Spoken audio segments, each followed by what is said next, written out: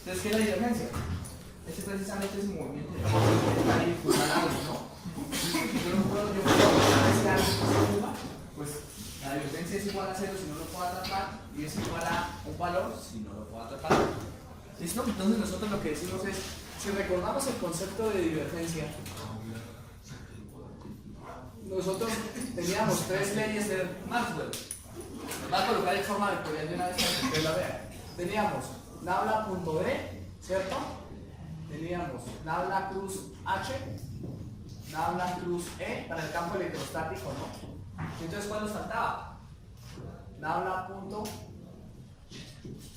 ¿cierto? ¿Listo? Pero en realidad debería existir una relación que me dijera, para que esto concuerde, si los productos vectoriales llevan los campos eléctricos y magnéticos netos, pues me faltaría una definición alterna en esa densidad. Entonces nosotros recordábamos que D, ¿cierto?, era la multiplicación, ¿cierto?, de una constante de permitividad eléctrica por el campo eléctrico. Si nosotros descartamos o usamos esa analogía, pues nosotros podríamos decir que existe una constante B, densidad del flujo magnético, como mu h. ¿Lo observan? Es exactamente la misma ecuación. ¿Qué es lo que decimos? Tomamos y nos aprovechamos de los conceptos que ya vimos en campo eléctrico, en donde esto era una permitividad eléctrica del medio. ¿Y dependía de qué? Solamente del material en el cual estaba. ¿Cierto? Entonces a esto lo vamos a llamar permeabilidad magnética. Y ahora sí vamos a aterrizar un poco más qué es lo que significa esa permisividad eléctrica y qué es lo que significa esa permeabilidad magnética. Entonces, ¿qué es lo que nos está diciendo? Nos está diciendo, el campo eléctrico que ustedes tienen allá, ¿listo? ¿Cómo es posible que se mueva ese campo eléctrico a través de un material? Eléctricamente, ¿listo? Pero eléctricamente nosotros tenemos identificado partículas que se mueven eléctricamente. ¿Cuáles son esas partículas que se mueven eléctricamente? ¿Por qué algo conduce? Porque se mueven ¿qué? Los electrones. ¿De acuerdo? Y nosotros hemos logrado identificar los electrones. Debería existir una partícula análoga en el campo magnético que hace que ese campo pues fluya de un lado al otro. Pero hasta el momento no sabemos identificar. Ejemplo más sencillo. Nosotros podemos encerrar el campo eléctrico con un metal y saber que apenas esa señal impacta el metal, ¿cierto? Es igual a los US, o sea, se acumula carga en el metal, pero magnéticamente no existe. ¿Estamos de acuerdo? ¿Eso qué quiere decir? Que la divergencia, ¿de acuerdo?, no la podemos agarrar. ¿Bien? Unidades de esa densidad de flujo magnético. Pues como las unidades de densidad de flujo magnético efectivamente tienen una relación de amperios metro, ¿cierto? Y aquí hay una constante, y esto tiene una relación de voltios metro, donde aquí hay una constante. Nosotros recordábamos que el épsilon estaba en faradios metro. ¿Estamos de acuerdo? Lo que querría decir que el elemento análogo en voltaje, ¿listo?, para utilizar la constante de permitividad eléctrica son los condensadores, faradios. ¿Listo? Y en corriente, ¿listo?, para manejar las permeabilidades magnéticas, pues deberían ser, ¿qué en ríos? Metro. De acuerdo. Inductancia. Es decir, el efecto de manejar el campo eléctrico de producir capacitores, porque soy capaz de acumular una carga dentro de un voltaje, ¿listo? Y el efecto análogo de manejar corrientes, ¿listo? Soy capaz de almacenar una misma carga, pero ahora no en función de carga eléctrica, ¿listo? Sino en función de flujo. ¿Listo? Por lo tanto, existen dos tipos de circuitos. Los circuitos que se manejan con E,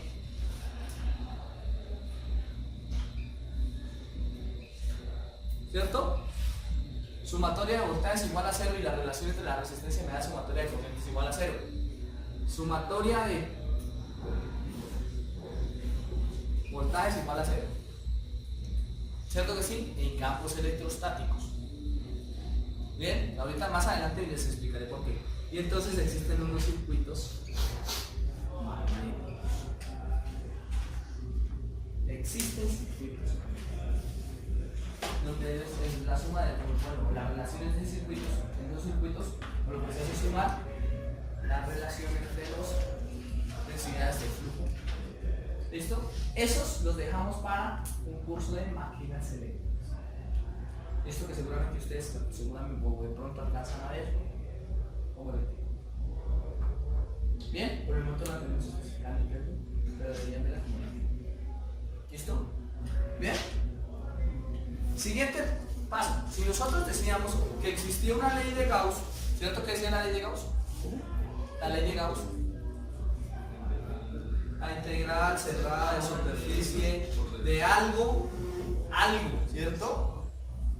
Me debería dar, si en este caso es densidad de flujo eléctrico, yo la podía acumular por medio de un metal y convertir, o bueno, de un material cualquiera, y decir que ahí se acumulaba una carga. Preferiblemente si era un metal, pues podía observar toda la carga que se acumulaba ahí. Y esto es esto, ¿cierto? Y nosotros decíamos que esto era la integral triple de volumen de ¿qué?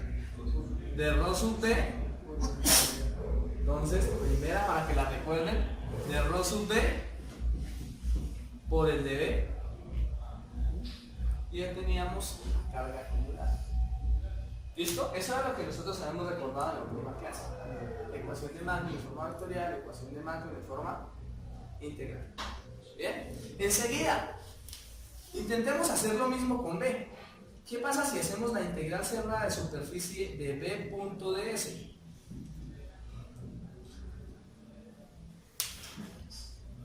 De b.ds.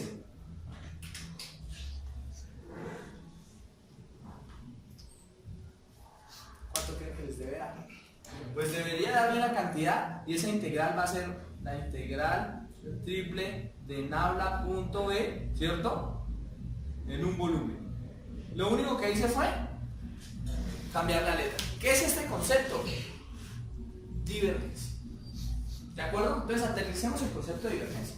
La divergencia, cuando yo la puedo atrapar, listo, por ejemplo en una bomba, yo soy capaz de atrapar el agua, ¿cierto? Logré impactar cuál es la bomba, logré observar cuál es la cosa que hace el agua sobre la pared de la bomba. ¿Ven? O incluso cualquier fluido. ¿Cierto, Luisa? Ahora, ¿qué pasa? ¿Listo? ¿Qué pasa si yo no puedo atrapar ese fluido? Por ejemplo, ¿qué pasa si ustedes al intentar realizar un mallado hacen una bomba pero no la hacen de un material que es totalmente cerrado? Esto si no es un material como este, mallado, como el fique. ¿Qué pasa si le echan agua? Si le agregan agua, si el agua se sale. Lo que quiere decir que ahí la divergencia, ¿cuánto es? Pues eso mismo pasa en nuestro material magnético. ¿Qué ocurre? Pues no hemos logrado encontrar, listo, de forma natural, un material o una partícula que se cargue magnéticamente. ¿Me hago entender? Las partículas eléctricas se cargan como electrones, positivas o negativas, pero magnéticamente no tenemos ese concepto o no hemos logrado llegar a ese concepto de forma física. De modo tal que como no hemos logrado y no se ha demostrado experimentalmente, seguramente existirá, entre comillas, la matemática no demuestra que no puede existir, pero yo creo que existe después de todas las partículas que han descubierto, las partículas sin masa, las partículas que seguramente hay alguna que cause ese efecto, que logre cargar magnéticamente, ¿listo? Nosotros no podemos asegurar que haya divergencia. ¿Eso qué quiere decir? Que si esta integral me da 0, el área no es 0, ¿cierto? Así que solo tengo dos opciones, o B es 0 o la divergencia es 0. ¿Cuál creen que es? Pues si B es 0 es la solución trivial, ¿no? Esa no me importaría. Así que la única conclusión es que la divergencia sea. Y esa sí funciona para campos electrostáticos, ¿listo? Y para todo tipo de campos. ¿Listo? Entonces, ¿cuál de estas me daba 0? ¿Lo recuerdan? Y nabla cruz H me daba. Y al día de hoy ustedes tienen las 4 presiones de Maxwell en el campo electrostático. Ojo, estamos hablando de campos electromagnéticos estáticos. Todavía no hemos variado el tiempo. Que a eso nos dedicaremos de aquí a que terminemos. ¿Listo? ¿Ven? Con las ecuaciones de convertible. ¿Entendido ese concepto? ¿Qué ocurre? Pues que en realidad nosotros medimos que el flujo magnético, es decir, la integral cuando no es cerrada de B.ds, ¿cierto? Cuando no es cerrada, Pues sí me da un flujo magnético. Y ese flujo magnético lo caracterizamos como esta letra. ¿Lo recuerdan en la alfabeto griego? Esta letra. No la recuerdo. Bueno, ese es el flujo magnético. ¿Listo? Unidades. Unidades.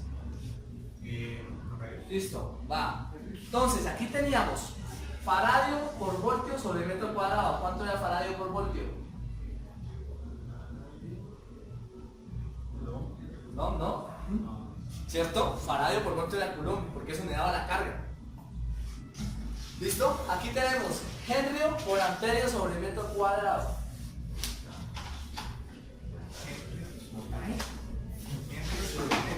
Pues resulta que pasa que ahí no hay una analogía directa porque tenemos un resultado inmediato. ¿Listo? Entonces aparecen otro tipo de unidades. Los primeros en trabajar con estos fenómenos fueron Weber. ¿Listo? Alguien muy conocido, Tesla. ¿Lo recuerdan? Tesla. ¿Saben quién es Nikola Tesla? De la energía alta aumentando, es el padre de las ecuaciones de Maxwell. ¿Qué era el problema de Tesla? Que era muy bueno montando cosas, pero matemáticas no tenía suficiente conocimiento de todo Maxwell. Por ejemplo, yo creo que Maxwell nunca hizo un puntaje, nunca hizo la prueba de que el campo eléctrico existía, nunca hizo la prueba de que, pues la prueba física, ¿no? De que el campo magnético existía, como si lo hizo Ampere, si lo hizo Faraday, que no nos hablamos de Faraday, si lo hizo Weber, si lo hizo Tesla, listo, vamos. Y entonces ellos hicieron esas pruebas, ¿no? Pero más lo que hizo fue condensar las ecuaciones. Y es más conocido más. ¿Bien? Incluso lo equiparan a Albert Einstein. Solo tienen de diferencia entre las dos teorías 50 años. ¿Bien hasta ahí? Estas unidades son las que me van a dar paso a mí para trabajar con circuitos magnéticos. Eso los dejo fuera del curso. ¿Listo? La razón fundamental para dejarnos por fuera del curso es que nosotros no inclinamos nuestra asignatura hacia campos magnéticos, ¿listo? Orientados a potencia. ¿Cuáles son esos campos orientados a potencia? A diseñar motores, a construir motores, porque esto es lo que me permite a mí construir motores, generadores, transformadores, construirlos, analizarlos y diseñarlos. No orientamos a la parte eléctrica, que es muy la telecomunicación. ¿Listo? Es la razón fundamental por la cual seguramente más adelante van a tener dos cursos de campos, uno orientado a eléctrico y otro orientado a potencia. ¿Listo? Eso seguramente, a partir del 2020. Pero ustedes ya creo que pasaron así. ¿Ya está ahí? Seguramente como electiva vamos a abrir máquinas eléctricas. No sé si el otro semestre, todavía no lo he cuadrado. No sé si el otro semestre, pero podemos abrir máquinas eléctricas como optativa. Entonces sería interesante que hubiese máquinas eléctricas, incluso las podríamos observar o ver con los de mecatrónica. Que pues ellos no ven campos, pero pues ven máquinas. ¿Bien? ¿Dudas hasta ahí? ¿Listo? Entonces esto me da dos conceptos fundamentales. Si la constante de permitividad eléctrica tiene relación con los faradios, ahora analicemos esa relación con los faradios. La relación con los faradios es la siguiente. Nosotros tenemos un valor de capacitancia. ¿Listo? Y la capacitancia se define como el valor de carga que puedo almacenar dentro de un voltaje. ¿Listo? Y vamos a tener una correspondiente inductancia. ¿Listo? Entonces, ¿qué es lo que pasa con la capacitancia? Con la capacitancia, yo tomo un capacitor, ahorita lo vamos a analizar, y le aplico un voltaje. ¿Listo? ¿Qué pasa con la carga según las condiciones de frontera? ¿Qué pasa con la carga? Se pega a las superficies metálicas, ¿no? Se pega, la carga, ¡pum!, se separa y se pega cada una con su correspondiente carga. Entonces aquí queda. ¿Y aquí queda? Entonces cuando ustedes conectan el voltaje, ¿qué le pasa a la carga? Pues no importa cómo esté distribuida, pero la carga quedó ahí acumulada. ¿Lo observan? Principio de la batería. Ese es el principio de la batería. Y dependiendo de las dimensiones del material que tenga internamente, pues ustedes podrán almacenar más o menos energía. ¿Listo? ¿Cuál es el punto límite de ese condensador? Pues que si usted le empieza a alimentar y le aparece, ya la carga no cabe aquí, sino que se empieza a acumular acá, ¿no? De arriba hacia abajo, y aquí le pasa lo mismo. Y cuando se tocan, ¿qué ocurre? se produce algo que nosotros llamamos corta, pero eso se conoce como efecto corona. ¿Listo? Y adivinen qué pasa con el efecto corona. Tiene una corriente tan elevada, ¿listo? Y en una descarga en tan poco tiempo que se resulta reventando los condensadores. Se inflan las baterías, revientan los condensadores y eso es lo que nosotros llamamos el voltaje máximo del condensador. ¿Listo? Y por eso los condensadores, ¿han comprado alguna vez un condensador que se diga venden un condensador de 20 amperios? No, no se lo venden porque a usted le venden el condensador por voltaje. Véndame un condensador de 200 voltios, véndame un condensador de tantos faradios, ¿listo? Y los faradios dependen del valor, de acuerdo que tengan ustedes internamente dentro de ese condensador, del valor del material, de la permitividad eléctrica, ¿observan? ¿Listo? Y de las dimensiones, de eso depende el valor del faradio, ¿listo? Y ya el tamaño es el que me dice si soporta más o menos voltaje, si tiene más distancia para acumular carga. Y por eso cada vez los condensadores son más grandes. ¿Claro hasta ahí? Tienen dos formas de crecer en área, o porque quieren crecer en capacitancia, o porque quieren crecer en cantidad de voltaje. Son las dos posibilidades de crecimiento de los capacitores. ¿Bien hasta ahí? Listo, si nosotros fuésemos a igualar ese concepto, nosotros decimos que en la inductancia deberíamos intentar almacenar algo. ¿Qué es ese algo que almacenamos? En la inductancia.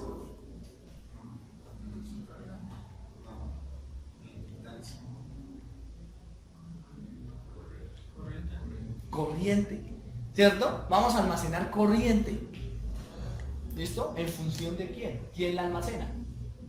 Aquí, quien lograba que se almacenara era el voltaje, como que el voltaje le daba la carga a ese condensador, entre comillas. Aquí, almaceno corriente. Estoy tomando la letra mal. Almaceno corriente. ¿Quién logra que almacenemos esa corriente?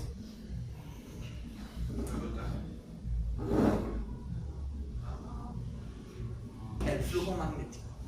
Y por eso esa parte para nosotros a veces es un poco complicada. Y ahí nacen los circuitos inductivos. ¿Listo? Analicemos ese tipo de circuitos, o por lo menos lo que tiene que ver con capacitores, antes de pasar a los inductores. ¿Listo? Recuerden, el campo magnético también tiene fuerza, como lo tenía la fuerza eléctrica. Vamos a ver. Tiene torque, tiene momento de torsión, es capaz de mover una carga pesada. Y por eso existen los motores eléctricos. ¿Bien? Capacitancia. Entonces, si nosotros medimos la capacitancia como la carga que tenemos dentro de un voltaje, intentemos analizar el primer capacitor que ustedes conocen, el capacitor de placas paralelas. Su mismo nombre lo indica, ¿no? Un capacitor de placas paralelas en tres dimensiones son dos placas, ¿cierto? Y que dentro de ellas, similar a una caja, dentro de ellas existe un material. Bien, épsilon. Las placas son metal arriba, metal abajo, y esto recuerden que el signo signa la conductividad, y una constante de permitividad eléctrica en el centro de los dos. ¿De acuerdo? Si nosotros decimos que C es igual a la carga sobre el voltaje, nosotros deberíamos encontrar la carga que hay dentro de ese capacitor. ¿Cómo caracterizamos la carga que hay dentro del capacitor? Pues dependerá del área, ¿no? Mírela. ¿Cierto? De cómo se acumula ese roso ese en esa área. ¿Cierto que sí? ¿Vamos bien hasta ahí? Y dependerá, pues, lógicamente, del campo eléctrico. ¿Listo? La podríamos modelar, ¿listo? Como la integral cerrada de superficie de D punto S. Voy a mirar cada uno cuántas se me quedan por ahí, que sería la carga que tengo cerrada. Y el voltaje es como menos la integral de D punto E. ¿Cierto que sí? ¿Listo? Supongan que nosotros tenemos un campo constante. ¿Qué es eso de suponer y decir? Pues supongan que en el capacitor de placas paralelas las placas son lo suficientemente largas o tienen la suficientemente área para considerarlas infinitas. ¿Cierto? ¿Cuál es el campo eléctrico de una placa paralela infinita? Rho sobre S sobre 2 veces epsilon sub 0, pero como aquí tenemos un material, es epsilon. Lo que me interesa analizar es lo que está dentro del capacitor. Bien, después observarán. ¿Qué ocurre? ¿Cuál va a ser la dirección de los campos? Pues depende de la polaridad con la que yo la alimente, ¿no? ¿Cuánta carga logro acumular aquí? Si la carga es positiva, ¿cierto? Y si la carga es... ¿Listo? Si la carga era positiva, si la carga era negativa, ¿cierto? Se atrae. ¿Eso qué quiere decir? Que la dirección del campo magnético en la carga negativa es este, y la dirección del campo magnético en la carga positiva es... ¿Cierto? Porque la carga provoca que cambie o invierta el valor del campo eléctrico, ¿cierto? Nosotros decíamos, tenemos una placa y siempre intenta salir de la placa paralela al campo magnético, ¿cierto? No importa su distancia, pero si yo le invierto el signo a la carga, en lugar de salir, queda contraído. ¿Listo? ¿Eso qué quiere decir? Que cuando oriente esa placa paralela, el campo magnético, y aquí es más y aquí es menos el voltaje, va a ir en este sentido. ¿Concuerda con el sentido de campo magnético? Claro que sí, ¿cierto? El voltaje se incrementa a medida que disminuye el campo magnético por el menos el de L. ¿Listo? ¿Cuánto es el de L? Pues la distancia de separación, que es... ¿Cuál es la superficie de la placa? S. ¿Listo? Y en ese caso lo pudiésemos tomar como la superficie que va hacia arriba o que va hacia abajo. Hacia arriba, hacia abajo. ¿Listo? Es decir, la dirección Z.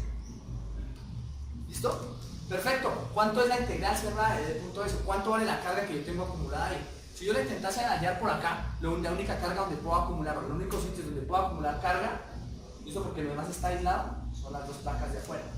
¿Cuál es la carga que yo aplico o que puedo acumular en las dos placas de afuera?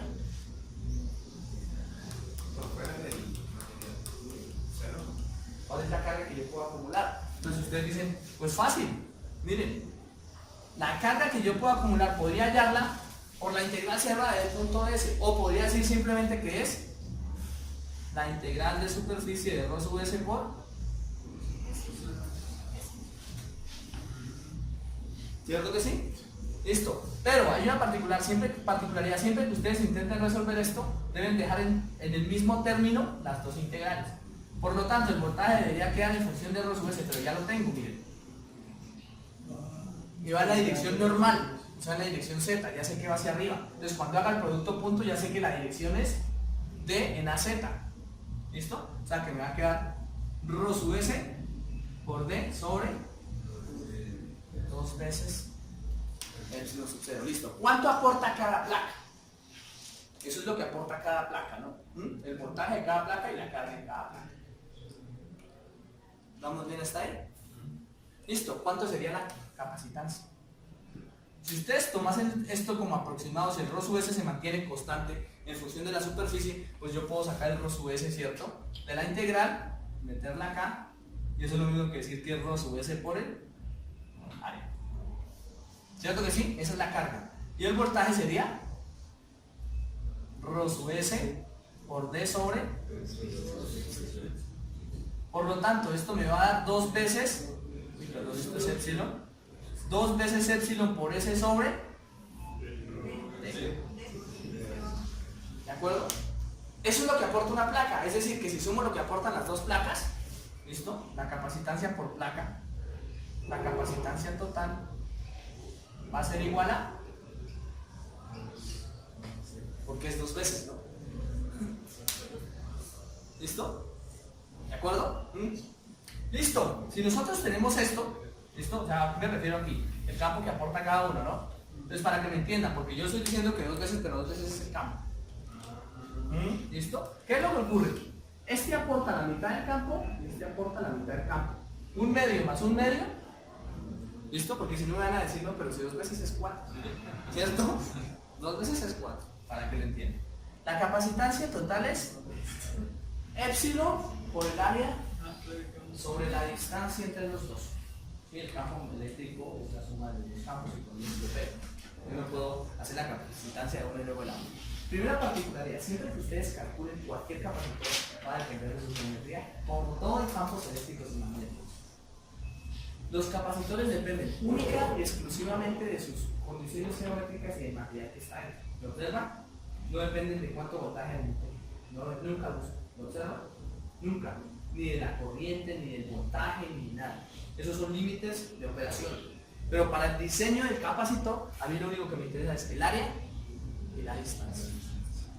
¿De dónde debo partir para que esto me funcione? Pues que yo dije que el área debería ser mucho más grande que la distancia, ¿no? Porque si no, no es una placa infinita. Me tocaría ya el campo de la placa infinita. ¿Listo? Ahora este caso. Capacitor de placas paralelas. Epsilon por la superficie sobre la distancia. ¿Bien? Regálenme las dimensiones de un capacitor de placas paralelas. Hagámoslo de 1 metro por 1 metro. Vamos a hacerlo grandecito. ¿De acuerdo? Con un epsilon de aceite, tenemos el aceite 2.8, que ese es conocidísimo, y una distancia de separación de 1 centímetro. 2 placas así. ¿Listo? O si quieren 5 centímetros. Si ustedes hacen una capacitancia para uno de placas paralelas, en donde el epsilon es igual a 2.8 veces el epsilon sub 0, olviden, ¿listo? Recuerden, por favor. Aquí es epsilon sub R por epsilon sub 0.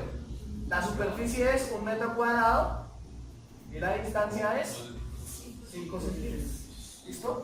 5 centímetros en metros me da 0.05 metros. Lo que querría decir que la capacitancia me da 2.8 por 8.84 por 10 a la G.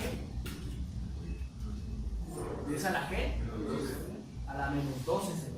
Esa es La permitividad eléctrica del vacío, porque siempre es el valor de epsilon sub R por epsilon sub 0, eso es epsilon total, sí. No lo olviden. ¿Listo? Multiplicado por el área, que sería 1 metro cuadrado, voy a darlo sin unidades, ahorita verificamos las unidades, dividido sobre la distancia que es 0.05. Por favor, hagan ese cálculo.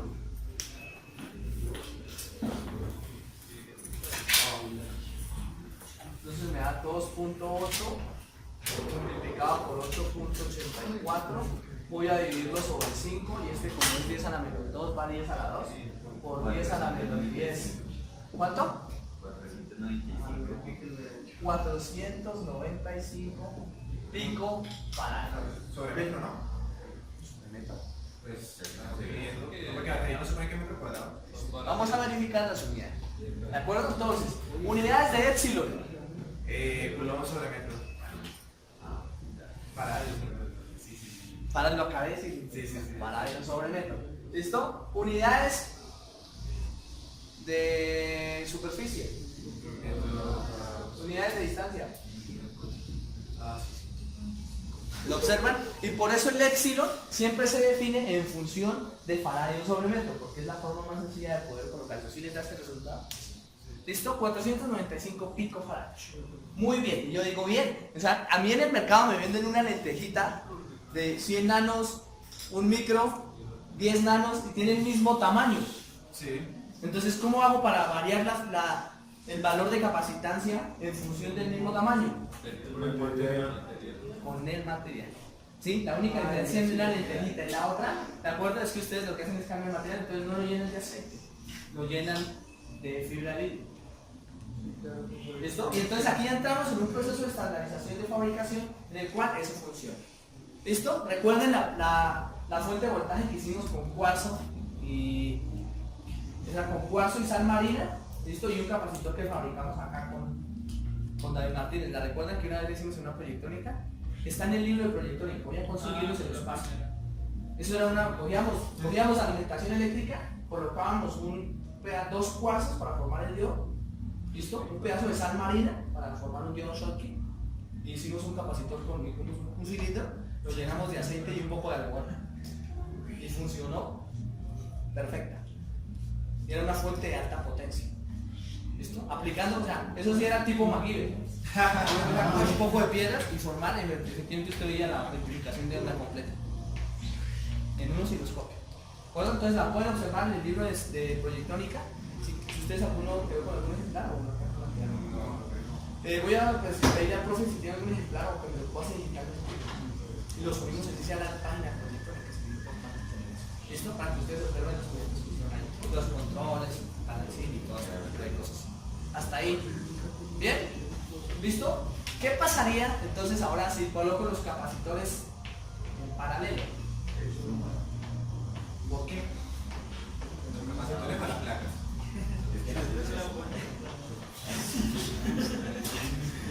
Entonces, ¿qué me capacitores en paraderos de surfes. ¿De acuerdo? Por eso es que digo que esto debería ir un poco antes. Aunque no sé si la matemática les dé uno por antes. Uno es capaz de ver este curso a tiempo que ve cálculo multivariable. Debería estar en capacidad de verlo a tiempo con cálculo multivariable.